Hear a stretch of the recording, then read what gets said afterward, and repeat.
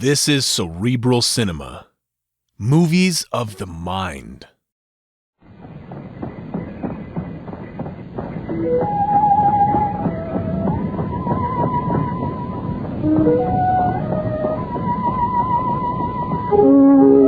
The Adventures of Sherlock Holmes.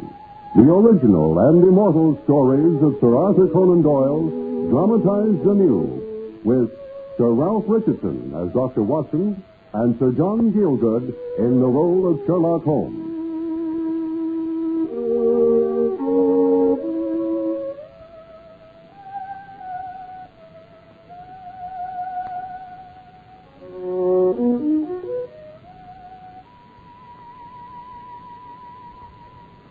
And now, The Adventures of Sherlock Holmes, with Sir John Gielgud as Sherlock Holmes and Sir Ralph Richardson as our storyteller, Dr. James Watson.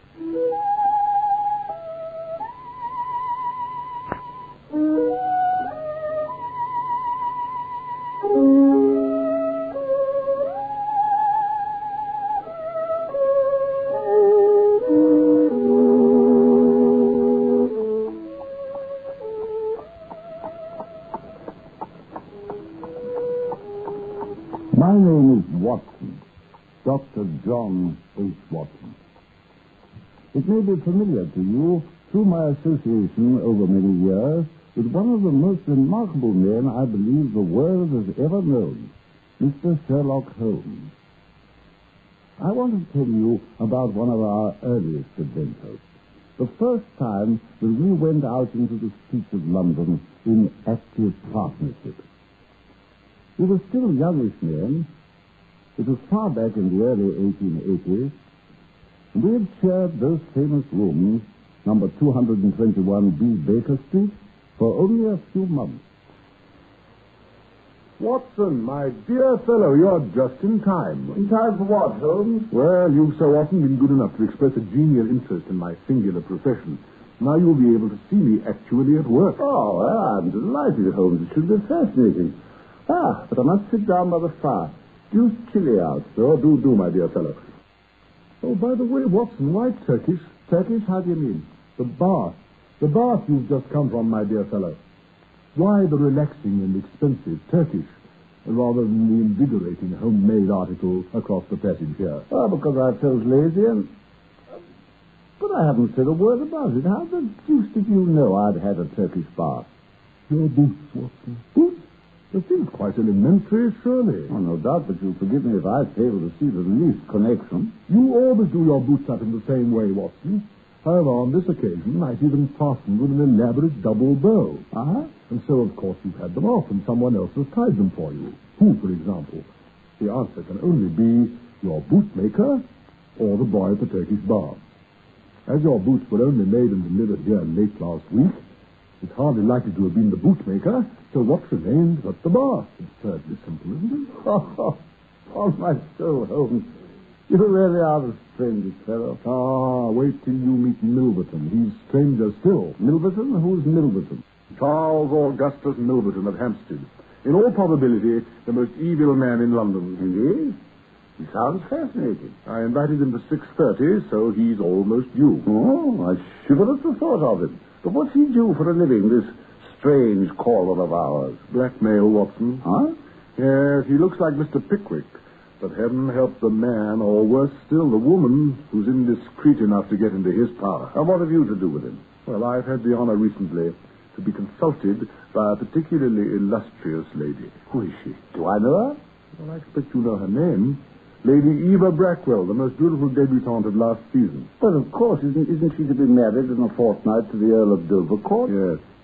It's all arranged. Unluckily for her, Milverton has managed to get hold of some imprudent letters, Watson, which she wrote some time ago to a penniless young fellow in the country. Only imprudent, mind you, but they'd be quite sufficient to break off the match. And you're commissioned to meet him? Yes, and make what terms I can.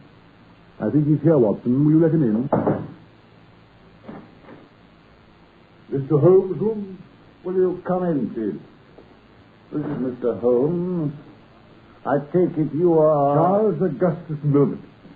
How are you, Mr. Holmes? No, I prefer not to shake hands with you, Mr. Milverton. This is only a matter of business between us. I see. And we can talk of it before this gentleman. It's rather a delicate affair. Dr. Watson is my friend and partner, sir. He knows our business. Really? Well, we need hardly waste much time on it. My position is quite different. You are acting for the Lady Eva, I understand. I have that honor. What are your terms, Mr. Milverton? £7,000, Mr. Holmes. And the alternative? Oh, my dear sir, it is painful to discuss it. But if the money is not paid by the 14th, there will certainly be no marriage on the 18th. And supposing I advise my client to tell her future husband all about these letters you hold? You evidently do not know the Earl, Mr. Holmes, nor me. I am practiced at this game, sir. Look at this pocketbook. I have 8 or 10 similar cases all maturing in it. It is how I make my humble bread. You scoundrel. As you like, sir. But there are details here that would surprise you for all your so-called knowledge of affairs. You may remember the sudden end of the engagement between the Honourable Miss Miles and Colonel Dauphin. And only because the absurd sum of £1,200 could not be found in time. 7,000 is ridiculous, Milverton. Out of the question. Is it? I think not. There was also the case of... Oh, well, no more names, perhaps. Well, sir? Watson, get behind him. Don't let him get out now. Now, sir, that notebook, if you please. You fool, Holmes. Stand back. Do you think I'd go about a business like mine alarmed? Stand back, I say. You too, Dr. Watson, or whatever your name is. Put up your hand. Holmes, out. Still, Watson. I expected something much more original, Mr. Holmes. I really did. From you. Do you think I'm such a fool as to carry the letter about with me? You only make me more determined than ever. One more word and I'll make it 8,000. And the 30th instead of the 40th. Good night, Mr. Holmes.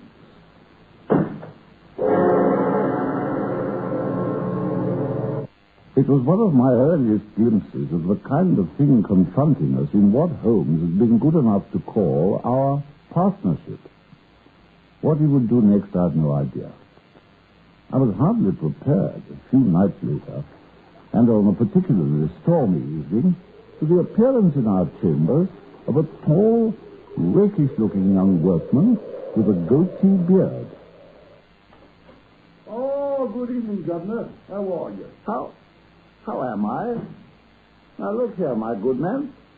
What do you think you're doing walking in here? These are private apartments. I happen to live here, Watson.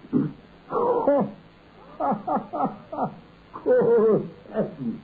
Holmes! Yes, I think I forgot to warn you about my little penchant for disguises, Watson.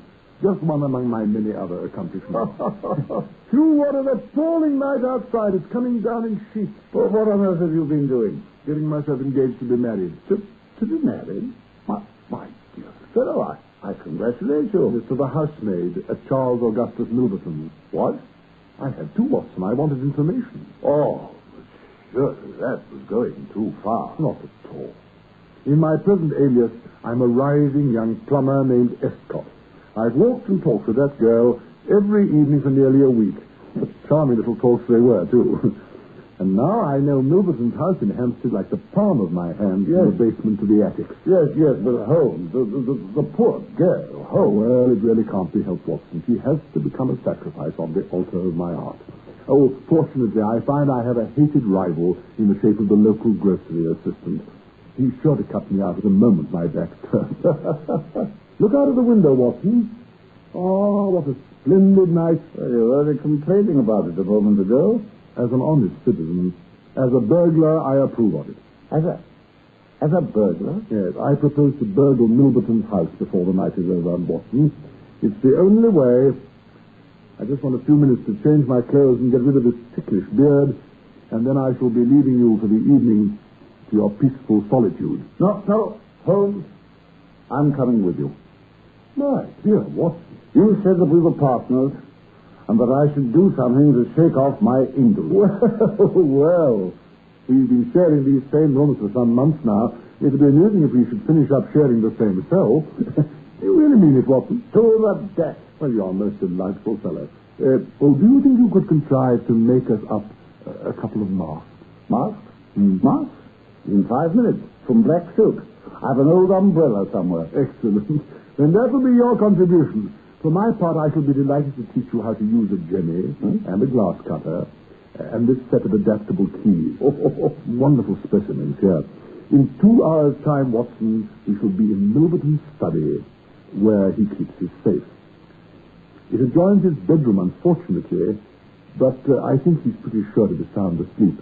My little fiancé tells me he always sleeps like a log. Is it a bargain, Watson? It's a bargain, Holmes.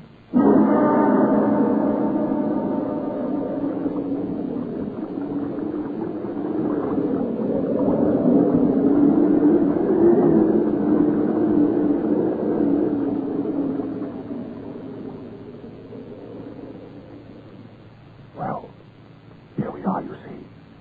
What did I tell you, Watson? Within 2 hours, we'd make a capital pair of burglars, you and I.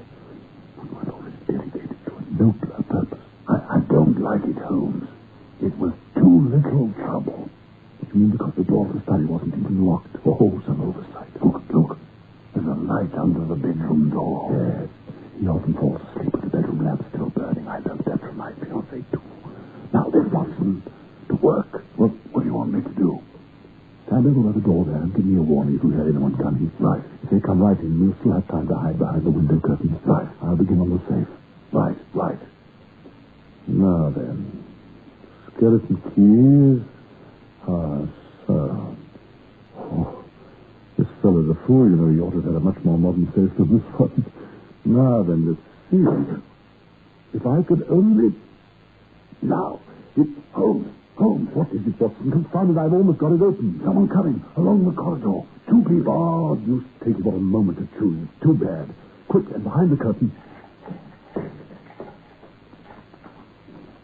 He can't have been in bed after all. Must have been waiting in the hall for someone. Watson, are you all right? Yes, I think so. Rather a tight fit. The gap here I can just see through. Someone's coming upstairs carrying an oil lamp. Ah, it's Milverton, all right. There's a woman with him. Veiled. They're coming in. Well, miss, you decided to come then. Half an hour late. I couldn't manage any earlier. My mistress kept me. Well, if she's a hard mistress, you had your chance to get even with her. You tell me in your note that you managed to get hold of some letters which compromise the Countess Albert. Yes, I have. You want to sell them and I want to buy them. So far, so good. I can use them in my business. Now, as to price. The price, Mr. Milverton, for everything, is your life. What do you mean, girl? Look at me. Lifting a veil, Holmes. That's no lady's maid. Great heavens! Is it you? Yes, it's I, Charles Milverton. And don't you dare to speak my name. You've fouled it enough. You've ruined me the way you've ruined so many others. You should have found the money in time. And because I couldn't, because I begged you for 2 days' grace, you sent those letters you had to my husband. And he died.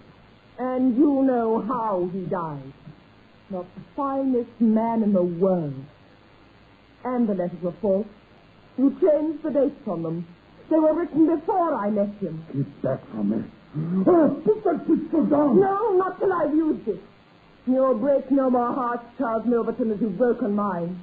You hound. You filthy hound!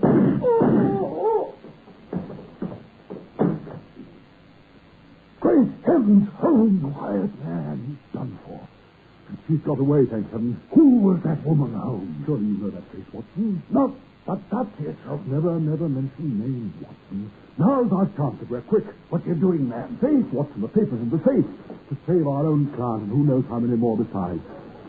Quick, put that bundle in your pocket, Watson. Yes, sir. And give the rest to me. Hurry. Someone must have heard the shots. Listen. There are people coming. Out of the window, quickly, Watson.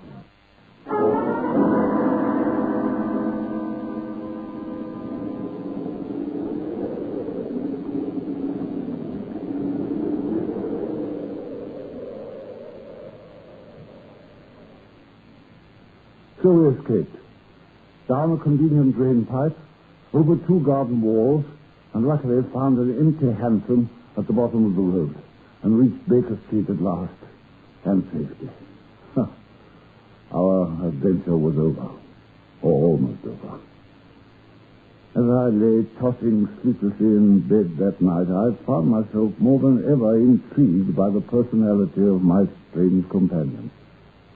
I recollected our first meeting only a few months before. I'd just come back from medical service abroad and was moping miserably about this old London of ours, of hansom cabs and fog and gaslight, doing simply nothing at all. And then, standing at a Piccadilly bar one day... Hello there, Watson. Remember me? What? Why, yes. Stamford, John Stamford. Used to be a dresser under you when you were a medical student at Darts, remember? Of course I remember. Confound it, it's a pleasure to see a friendly face, Stamford.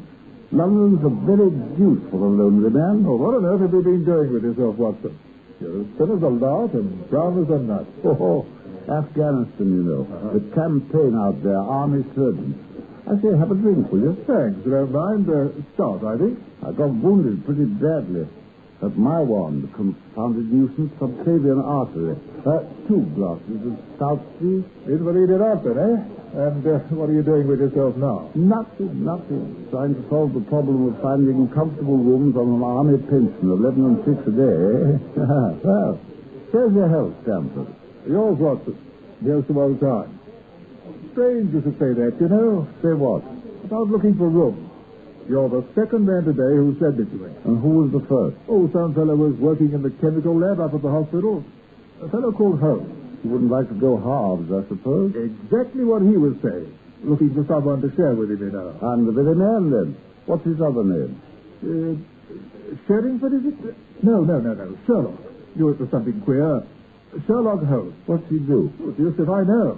He's got a whole store of out-of-the-way knowledge that would astonish the professors. And he's a first-class chemist. So he's going in for something quite special. I say, Watson. Huh? Let's go along to the lab and meet him. He's bound to be there. Let's have lunch somewhere and then go on, shall we? Excellent. I only hope it comes to something. I must confess he sounds quite interesting.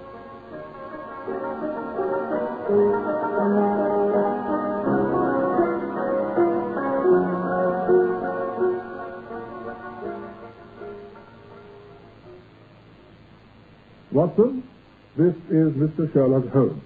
How are you, Doctor? From Afghanistan, I perceive. What?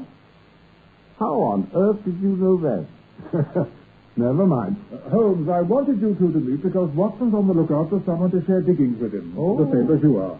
Capital, Doctor. You look the very man for me. I've had my eye on a street in Baker Street. Number 221B. Mrs. Hudson is the landlady's name. You don't mind the smell of strong tobacco, I hope. I always smoke ships myself. That's good enough, then. Oh, and I generally have a few chemicals about and carry out experiments like this one. That wouldn't annoy you. By no means. Well, then let me see. What are my other shortcomings? Oh, I get down in the dumps sometimes and don't open my mouth for days on end. And, I've a fancy for revolver practice indoors. So long as I can rely on your aim. Infallible, I assure you. Now, what have you to confess? Well, I get up at all sorts of ungodly hours, and I'm very lazy. I don't like too much row, but I'll put up with a revolver shot. Good. I've got another set of vices when I'm well, but these are the principal ones for the present. Then that's all right. Thank you, Stamford. I'm very much obliged to you. Well, shall we go together, Dr. Watson, and look at the rooms tomorrow? Say at noon? At noon, Holmes, it'll suit admirably. Oh, one other little thing, the violin. You don't include violin playing in your category of rows. It depends on the player, my dear Holmes. If it's badly played... Oh, that's something I shall have to leave you to judge for yourself, my dear fellow. And I shall have pleasure in testing your ear with a few of my own little compositions. Then you will be able to judge my modest capabilities. Till tomorrow, then, my dear Dr. Watson.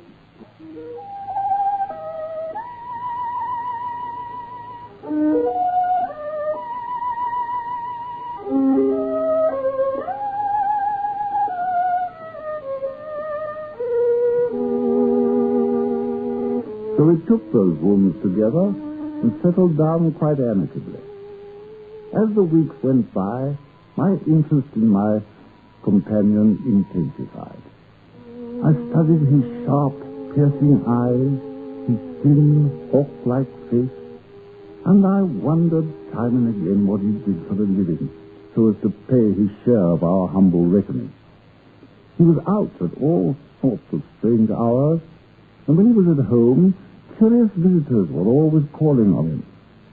And then he would ask if he might have our sitting room to himself. There was a thin, sallow, dark-eyed fellow called Lexerot, for instance, who came 3 or 4 nights in 1 week. Once, a fashionably dressed young girl waited on him. At another time, it was a railway porter in his velveteen uniform. The thing puzzled me until, at last, one day... Ah, you wonder what I do for a living, Watson, eh? I've seen you looking quizzically once or twice at these visiting clients of mine. Clients? Yes. Oh, just pass me over the Persian slipper, will you, my dear fellow? I always keep the tobacco in it. Thank you. The fact is, I'm a professional thinker, Doctor. A thinker? Certainly. I piece things together, you see, just as a logician could infer the possibility of an Atlantic or a Niagara from a single drop of water without having seen or heard of either of them, so I build rare edifices of deduction from the observation of a few simple facts. Oh, come home. No, it's the truth, I assure you. If you're looking round for a cigar, by the way, my dear chap, you'll find them in the cold scuttle. Yes, I've a trade all my own, Watson. The only one in the whole world. I'm a consulting detective. Oh, that's London full of detectives, Holmes. Oh, lots of government ones and plenty of private ones, but none like me. I've built up quite a special little connection, Watson, and when any of these other fellows are at a loss, they generally come to me to put them right. Not just by thinking about things, I suppose. Exactly. I've a turn for observation and deduction, as you must have noticed. That first time we met, for instance, when I mentioned to your surprise that you'd just come from Afghanistan. Oh, you were told about it, no doubt. Nothing of the sort, Watson. I just knew. It's second nature to me. My train of thought ran something like this. Here's a fellow who's a doctor, but with the air of a military man, clearly an army surgeon. Just come from the tropics, but his face is dark, but that isn't his natural color, for his wrists are fair. His arm is stiff, he's been wounded. Where in the tropics could an English army doctor have been wounded lately? And the obvious answer was in the Afghan campaign, probably the Battle of Maiwand. It's simple enough when you explain it. I confess I was taken aback a bit at the time. And do you mean to say that you apply these principles to the detection of crime? Of course I do. That fellow Lestrade you were asking me about the other day, for instance, he's a Scotland Yard man, one of the best. But he got himself into a fog over a forgery case recently and came to me to ask my advice on the evidence he had. I solved it for him on the spot. Upon my life, you astonish me, Holmes. I'd no idea that was what you were up to. What gave you the notion? Oh, natural talent, I suppose. When I was still at college, a small thing happened to come my way which enabled me to solve a curious crime. I decided that I'd a taste for such matters, and so here I am now, a professional investigator. That's the kind of thing I deal with in this life of mine, Watson. That, and of course my music.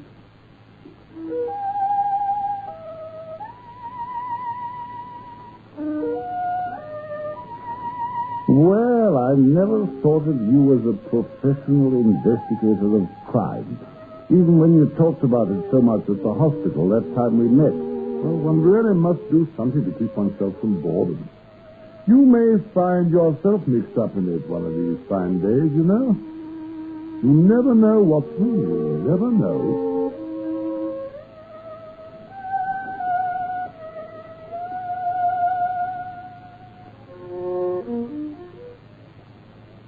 And I was, of course, you know that now, with the Milverton exploit, as I've related it, as the first real adventure of them all in which I felt myself truly involved.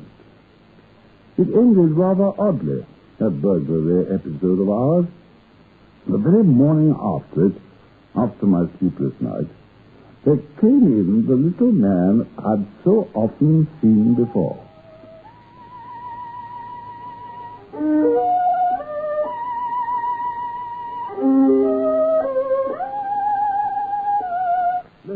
Lestrade, the good Lestrade of Scotland Yard. Good morning, my dear Lestrade. Good morning, Mr. Holmes. I was Oh, wondering... this is Dr. Watson, by the way. He was asking all about you the other day. How do you do, Doctor? Any friend of Mr. Holmes is a friend of mine. Delighted to meet you, Inspector. Well, sit down, won't you, and share a pipe with us. Too much of a hurry, I'm afraid. I just wanted to ask if you had anything particular on hand, Mr. Holmes. Oh, I don't think so. Nothing much. A little matter down at the docks involving a giant rat from Sumatra. You can leave the rats look after themselves, Mr. Holmes. There's been murder done up at Hampstead. Wanted you to look into it for us. Queer business. Oh, really? Who's been murdered? A fellow called Milverton. Indeed. I believe I've heard the name. Holmes. Not feeling dicky, are you, Watson? Any details, Lestrade? Well, we know who did it, of course. You know? Good heavens. Couple of them, Doctor. Nearly got them, they did. There was a hue and cry, you see. They got away, worse luck, but they were seen. How interesting. And what are they supposed to look like? The first one, very tall. Other fellow, middle-sized, thick-necked man with a moustache. Moustache. They both had marks over their eyes. Oh, come, Lestrade. That's rather vague, isn't it? On my soul, it might even be a description of Watson and me, eh, Watson? It might indeed. You're right, Mr. Holmes. You're perfectly right. If I told it might be. Well, will you handle it? I'm afraid not, Lestrade. Not this time. I know something of this fellow Milverton. He was a rogue and a blackmailer. There are certain crimes that the law can't punish adequately, my dear fellow. And in this instance, my sympathies are with the criminals, Lestrade. I will not handle the case. Well, if you won't, you won't. No, I'll get the fellows all right in time, I dare say. Will you, Lestrade? I do hope you may. Pass me my violin as you go out there, the good fellow. I feel deuced lazy this morning. Had rather a strenuous night. Pleasure, Mr. Holmes. Well, good morning, Doctor. See you again, I dare say. Always in and out of Baker Street, you know. Good morning, Inspector. Morning, Mr. Holmes. Good morning. Best of luck, Lestrade. Oh. What? Another 5 minutes like that, Holmes. I'll take myself back to Afghanistan. Oh, no, you won't, Watson. You'll grow to love it, too. This is only the beginning, my dear fellow. Only the beginning.